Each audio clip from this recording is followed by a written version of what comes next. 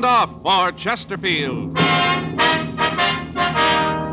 Chesterfield, low in nicotine, highest in quality, best for you. Chesterfield brings you Dragnet.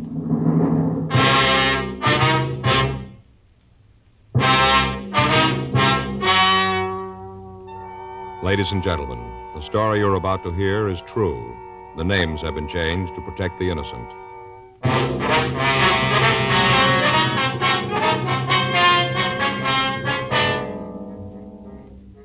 You're a detective sergeant. You're assigned to robbery detail. A hold-up man has robbed the owner of a neighborhood grocery store. The victim has been beaten unmercifully with a sawed-off shotgun. The assailant has escaped into the city without a trace. Your job? Find him. Smokers by the thousands are now changing to Chesterfield, the only cigarette ever to give you 1, proof of low nicotine, highest quality. 2, this proven record with smokers. No adverse effects to the nose, throat, and sinuses from smoking Chesterfield. Chesterfield, regular or king size, low in nicotine, highest in quality, best for you.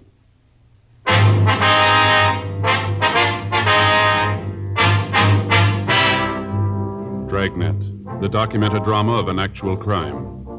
For the next 30 minutes, in cooperation with the Los Angeles Police Department, you will travel step by step on the side of the law through an actual case transcribed from official police files. From beginning to end, from crime to punishment, Dragnet is the story of your police force in action.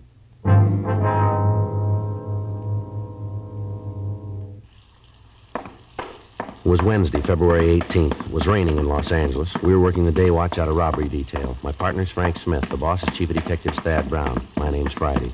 The office had called me at 3:46 a.m., and by the time I got dressed and out in front of my apartment, it was 3:59 a.m. Frank was there waiting to pick me up. What's the best way to get there? Down the freeway, I guess, and cut over on the Liso, huh? All right. Who called you, the hospital or the office? The office said that Bailey had regained consciousness. We might be able to talk to him now. The rain's gonna slow us down. Well, I better use the light and siren, Frank. We may not have much time. Huh? The way the skipper put it to me on the phone. Yeah? They still don't know if Bailey's gonna live.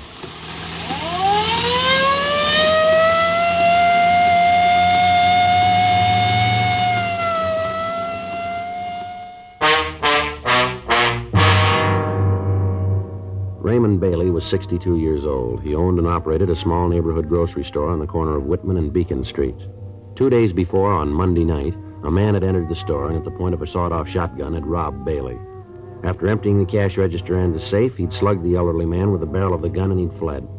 Bailey had been rushed to Georgia Street Receiving Hospital and then transferred to the county hospital for treatment. For the past 2 days, he'd been under a heavy sedative and he'd been in a coma. He was suffering from a skull fracture, cuts, and bruises. His condition was listed as critical, and we'd left word to be called the minute he regained consciousness. 4:26 a.m. We got to the hospital. We went up to the 4th floor. We met and talked with the doctor who'd been taking care of Bailey. He told us that the patient had just been given another shot to ease the pain and that he'd probably drop off to sleep. We went into the hospital room and walked over to the side of the bed. It was a few minutes before the old man started to talk. I'll tell you what I remember. All seemed kind of far away, like I read about it in a book. Not like it really happened to me.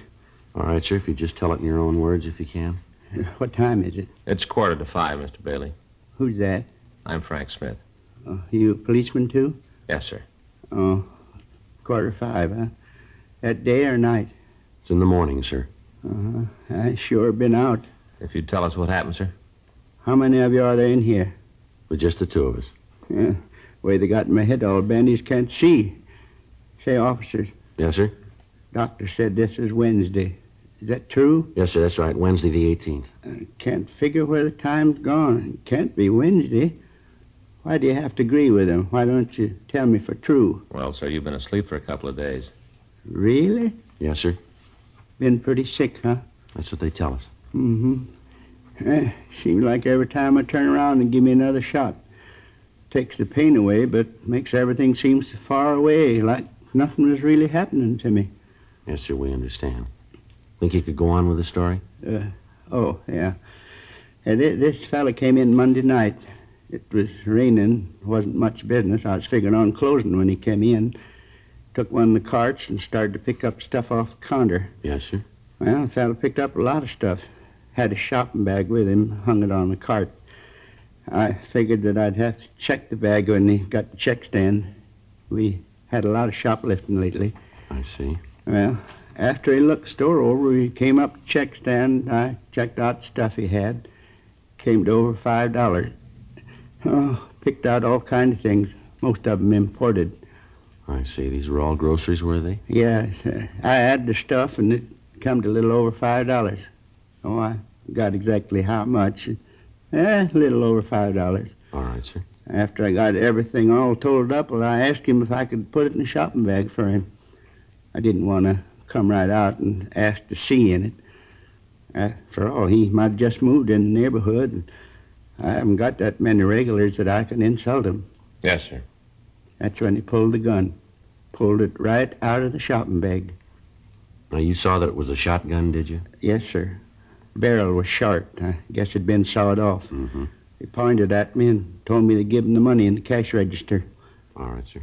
And he told me to lay down on the floor and stay there for 5 minutes and not to move. Mm-hmm. I was going to do it. I wasn't going to give him any trouble. Money doesn't mean that much to me. You get to be my age, 62, and it's more important that you're alive than how much money you got.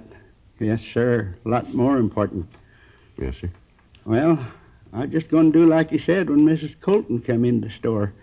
She's one of my regular customers, you know. I see. She saw the fellow with the gun, and she let out a scream. I tried to tell her to keep quiet, but before I could say much of anything, the fellow turned around and hit me with a gun. Oh, I say, hit me just about as hard as he could. I kind of remember the sirens coming, but after that it's kind of hazy, like it didn't really happen to me, like I read about it. I see, sir. Now, can you tell us what the man looked like? Yes, I guess I can. But before I do, though, Yes, sir. would you tell me what time it really is? Well, right now it's 4:50, Mr. Bailey. 4:50 a.m.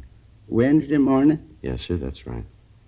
I don't think it's very nice, you fellas, to play a joke like this on an old man. Seems like you could be honest. If I had my watch, I could tell myself. Well, we're telling you the truth about the time, Mr. Bailey. It's 4:50. All right, then you have your little joke, but I don't think it's funny at all. Now, sir, can you tell us how old the man was? About 24, 26. I see. How tall was he? Tall as me. I can remember because I could look right over straight at him. That'd make him 5'8". Yeah, right about that. Was he heavy or slight? I couldn't tell too well. He had a big overcoat on. How about his coloring, his complexion? Oh, he's dark complected, had dark eyes. Do you remember what the color of his hair was? Well, I could just see at the temples. It was black. Yeah. He had this hat on, the hat pulled down. Uh-huh. Was he clean shaven? Yes, he was. I'm sorry to have to ask you all these questions, but we have to get to the bottom of this. Did he have any marks or scars? Yes, sir. He had a little mole on the side of his nose. Just a small little one. Which side of his nose, would you remember? Well, when he was facing me, it was on the left, so that'd be on his right. Yeah, that's right, on the right side. I hope we're not tiring you too much, but was there anything different about the way he talked? An accent, something like that? No. Say, how about the things he picked up? You get any fingerprints from him? No, sir. He must have taken all the groceries with him. Would you know the man if you saw him again, Mr. Bailey? You just bet I would. I'd remember that face till my dying day. I won't ever forget it. Think you've ever seen this man before? No, sir, never did. Would you know if he drove a car? Well, I don't think so. He was so wet when he come in. He must have walked a ways. And like I said, his shoulders are just soaking wet. Yes, sir. We'd like to have you look at some pictures when you feel a little better, Mr. Bailey. You just bring 'em on. You got a picture of that young hoodlum, I'll know it. All right, sir. We're going to have to come back and see you. You ought to try to get some sleep now. We appreciate your cooperation here. Well, I suppose I should. Last couple of minutes, you fellas been getting a little further away from me. Seems like none of this is happening to me, just like I'm dreaming it. Well, we'll be back to see you, sir. Is there anything you need? No, sir, not a thing. All right, fine. Thanks very much, and you get some rest now. Yeah, I'll try. Hey, one thing you could do for me. What's that, sir? Would you ask the nurse to come by? I think the joke is funny, but you fellas carried it on too far. I'd like to know what time it really is. All right, Mr. Bailey. We'll send her in. Thank you. Goodbye, sir. Goodbye. Goodbye. Pardon me, nurse. Yes? What if you check Mr. Bailey in there? He'd like to know what time it is. He's been asking the same question the last 2 days. He won't seem to believe any of us. Mm-hmm. But you know where we could find Dr. Cardell? Yes, sir, just down the hall, 2 doors past the turn. Thank you very much. Sure like to find out when he'd be able to look at those mug shots. Yeah, it's got a good description. Gonna make it easier. Yeah. I guess this is it. 2 doors past the turn. Yeah. Come in. Sorry to bother you again, Doctor. That's all right. What can I do for you? We were wondering when it would be possible for Mr. Bailey to look at some pictures for us. I mean, when he's well enough. Well, with the way he's been reacting to treatment, he'll live. Yes, sir. But you saw the bandage. Yes, sir. He's totally blind.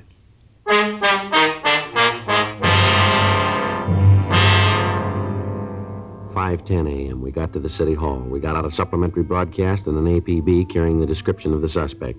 We asked the stats office to make a run for us on the information the victim of the holdup had given us. They said they'd be able to give us a list of possibles by 10:30 that morning. We checked through the oddity file to see if there might be something in the records on the small mole on the suspect's nose. There were several cards turned over to us, but none of them matched the rest of the description that we had. 6:30 a.m. We went across the street, we had breakfast, and then we came back to the office and put in a call to the hospital to check on Bailey. The doctor told us that he was sleeping comfortably and he appeared to be past the critical point.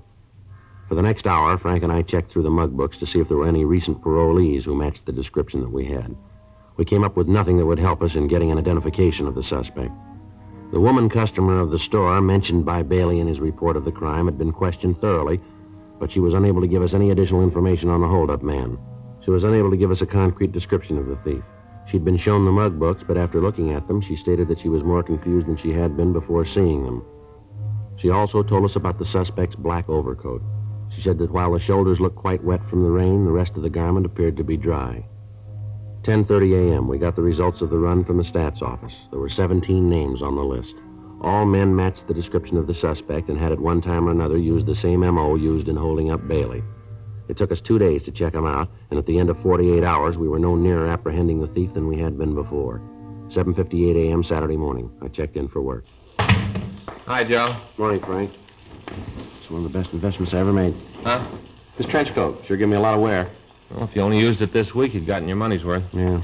Sure is the answer to the rain question, though. I've been wearing that plastic coat of mine so long, I'm beginning to feel like a package of frozen food. Yeah, you look like it, too. Yeah? Anything in the book? No. I talked to Stoner this morning, thought for a minute he had something for us. What's that? Well, they picked up a kid down on 7th yesterday. Tried to heist a liquor store.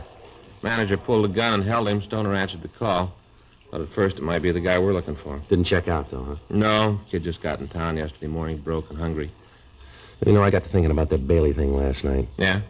Well, what he said about the suspect's coat. What do you mean? Well, you remember that Bailey said the guy didn't look very wet, just the shoulders on the coat. Well, no, Joe. Bailey didn't say exactly that. He said the shoulders on the coat looked wet, but it was that woman customer we talked to, that Mrs. Colton. She's the one that told us the coat looked dry except the shoulders. Yeah, well, that's the point I'm trying to make. I don't remember who said it. But if just his shoulders were wet, the way the rain was coming down out there, he couldn't have walked far and come in out of it that dry, could he? No. There's no bus or streetcar lines within 6 blocks of Bailey's store. We know he doesn't live close to the store. He had to come in a car. Nobody saw one, though. Yeah. Yeah. Well, it's happened before. I guess it's the same thing you're thinking, huh? Well? Could have took a cab, huh? Maybe. Well, let's run it down. It's better than standing still. There are 22 taxicab companies listed in the phone directory, all serving the downtown Los Angeles area. Each of these companies may have from 6 to several hundred cabs in service at any given time. Each driver might make as many as 6 trips an hour. In wet weather, the cab traffic is almost double that of any normal day. As a result of the number of possibilities, Frank and I spent the next week going through driver's way bills, checking for a cab that dropped off a customer near the corner of Virgil Avenue and Bimini Place at approximately 9:30 p.m. on the date of the robbery. After checking the reports, we came up with one trip that looked good.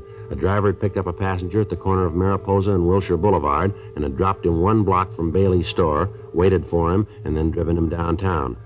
We checked with the traffic manager of the cab company, and we found that the driver could be located at a cab stand out on Wilshire Boulevard. Frank and I drove out to see him.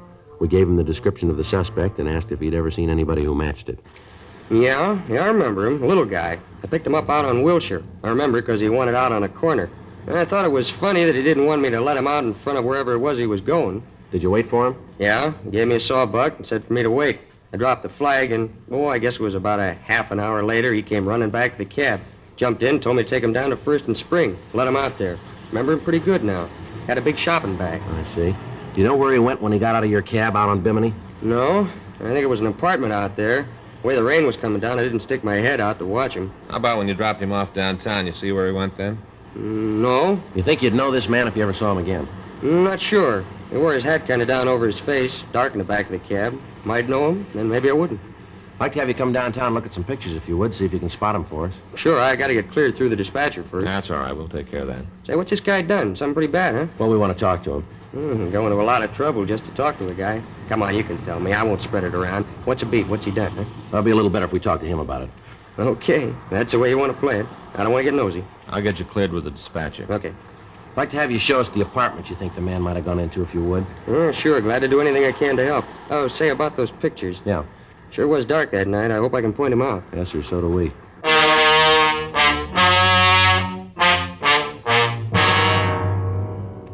We took the cab driver downtown, and he went through the mug books, but he was unable to come up with an identification.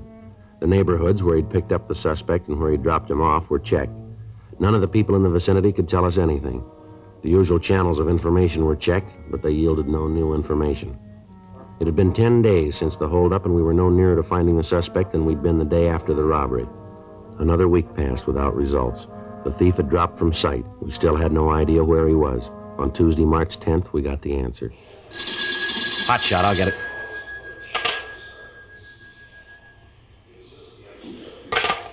Anything? Yeah, he just hit again.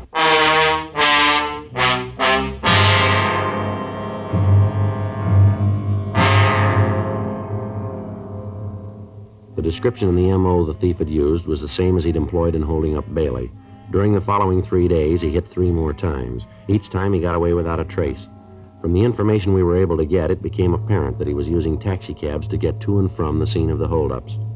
We checked the cab companies and got their full cooperation.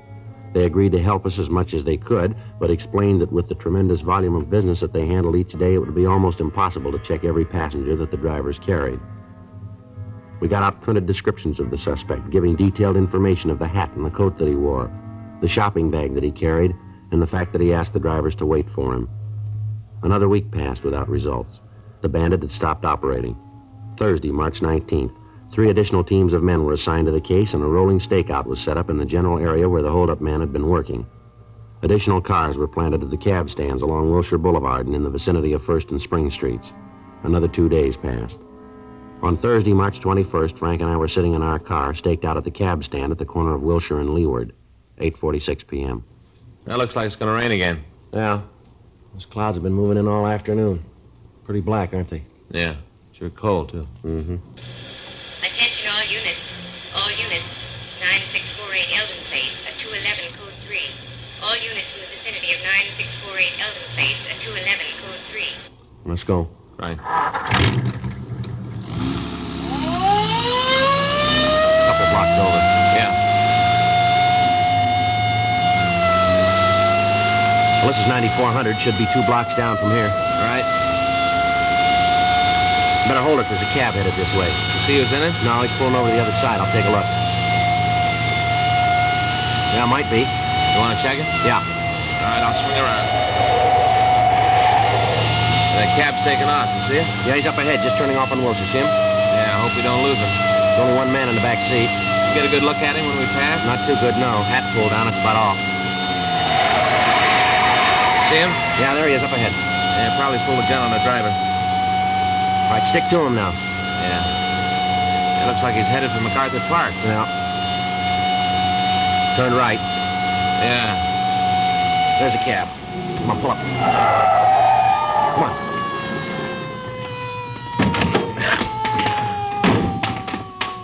I couldn't stop. He said he'd kill me if I did. He had the gun pointed right at me. You see where he went? Yeah, he ran over there in the park. Good, I'll check it. I didn't know what it was all about. He said if I didn't keep driving, he'd kill me. It's all right, you stay here. I'll be right back. Yeah, sure.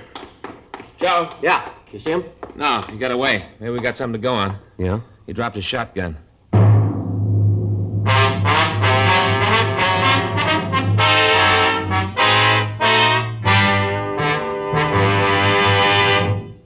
You are listening to Dragnet, the authentic story of your police force in action.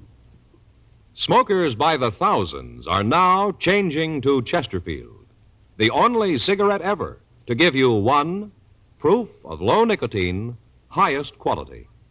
Chemical analyses of the country's 6 leading brands confirm that. 2, the only cigarette ever to give you this proven record with smokers. Again and again, over a full year and 1/2, a group of Chesterfield smokers have been given thorough medical examinations. The doctor's reports are a matter of record. No adverse effects to the nose, throat, and sinuses from smoking Chesterfield. A responsible independent research laboratory supervises this continuing program. Chesterfield, the only cigarette ever with a record like this. Chesterfield, best for you.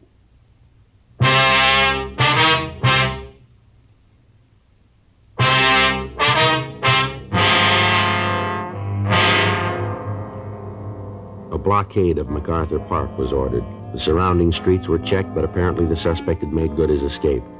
The crime lab crew was called, and they came out and went over the cab for physical evidence. In the back seat of the cab, we found the shopping bag that the thief had carried. It was a plain brown paper bag with heavy cord handles. There was no way of tracing it. In the bottom of the bag, under several cans of food, there was a sales slip with a penciled notation. One of the prices that had been rung up had apparently been wrong, and after the total had been made, a credit to the customer had been deducted. There was no market name on the slip and no address, just the penciled notation. The shotgun and the cans of food were checked for fingerprints, but those that were found were so badly smudged that they were useless. The serial number was checked with gun records, and we found out that the gun had been reported stolen 3 months previously. We went out and talked to the man who'd made the report, but he couldn't help us. Lieutenant Lee Jones made photographs of the serrated edge of the sawed-off barrels, and they were booked as evidence. We checked at the store that had been robbed, but they told us that the sales slip wasn't theirs. Monday, March 23rd, we started out to find the store that had made out the slip. We checked all of the smaller grocery stores in the area where most of the cabs had been picked up. It took us the better part of 3 days. On Wednesday afternoon, we stopped at a small delicatessen at the corner of 3rd and Leeward Streets. The manager there told us that he didn't recognize the slip, but he said that it could have come from their cash register. He asked us to wait while he called his wife. She came over to the store, and we showed her the receipt. Yeah, that's one I made out. The customer bought 4 cans of tomato sauce, and I made a mistake on the register. I overcharged him a penny on each can. He noticed that he made quite a scene. It was pretty embarrassing. I apologized, and I gave him a credit. Do you know the man? Yeah, he comes in quite often, once, twice a week. Does he live in the neighborhood, would you know? No, I can't tell you that. He just comes in, then he leaves. Do you know his name? No, I don't. He drive a car? I've never seen him in a car. He usually walks in, gets what he wants, and then walks out. You ever come in with anybody else? No, he's always alone. And you don't know if he lives around here, huh? Well, I told you no. What's he done? What's this all about? We want to talk to him, ma'am. When do you think he'll be back? Well, let's say this is Thursday. Might be in this evening, maybe tomorrow. What times do you usually come in? Mostly in the late afternoon or early evening. Is there something I can do? Do you have a message I could give him? No, ma'am. We'll give it to him.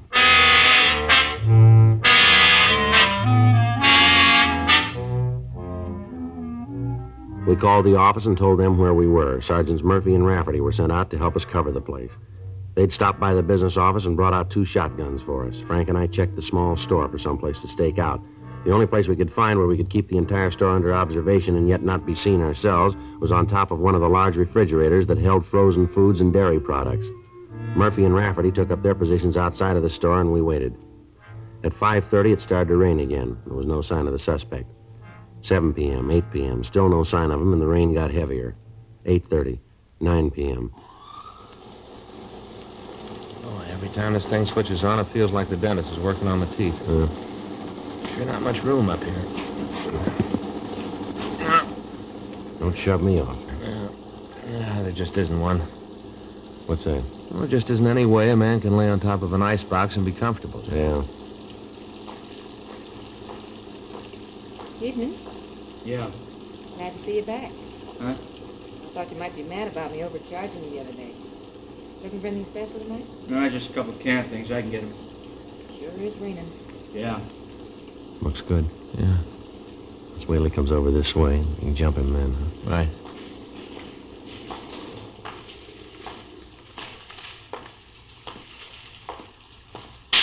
Now. Hey, what's going on? Watch it, Joe. Let's go. There he goes. All right, police officer, hold it up. He isn't going to stop, Joe. You see Murph and Rafferty? Yeah, they're across the street. Looks like he's going in that apartment. Come on. All right, take it easy. He should be in there. He is. All right, cover me. Right.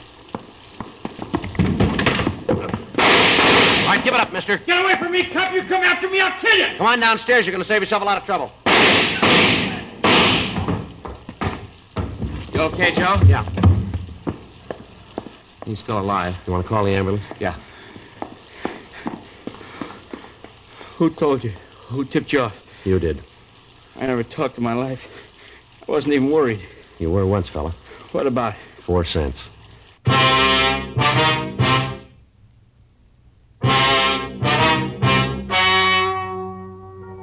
The story you have just heard is true.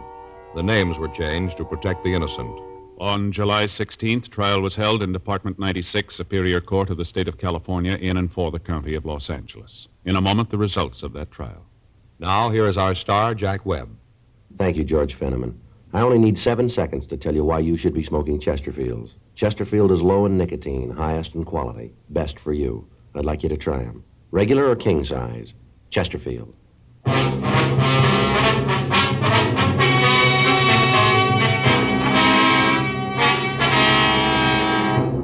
Earl Russell Craig was tried and convicted on 3 counts of robbery in the first degree and 1 count of assault with a deadly weapon. Robbery in the first degree is punishable by imprisonment in the state penitentiary for a period of not less than 5 years. Assault with a deadly weapon is punishable by imprisonment for a period not to exceed 10 years. Ladies and gentlemen, this week in Detroit, a group of men are gathered for the 60th annual conference of the International Association of Chiefs of Police.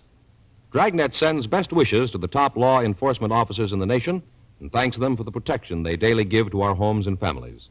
May this conference be the best one they've ever had.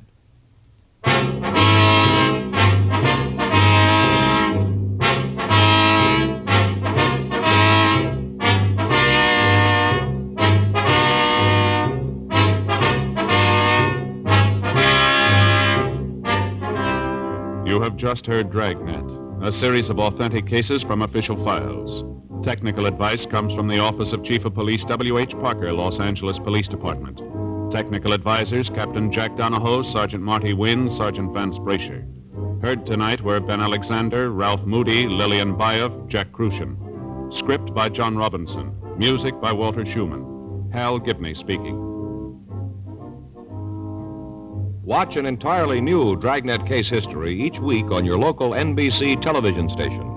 Please check your newspaper for the day and time. Chesterfield has brought you Dragnet, transcribed from Los Angeles.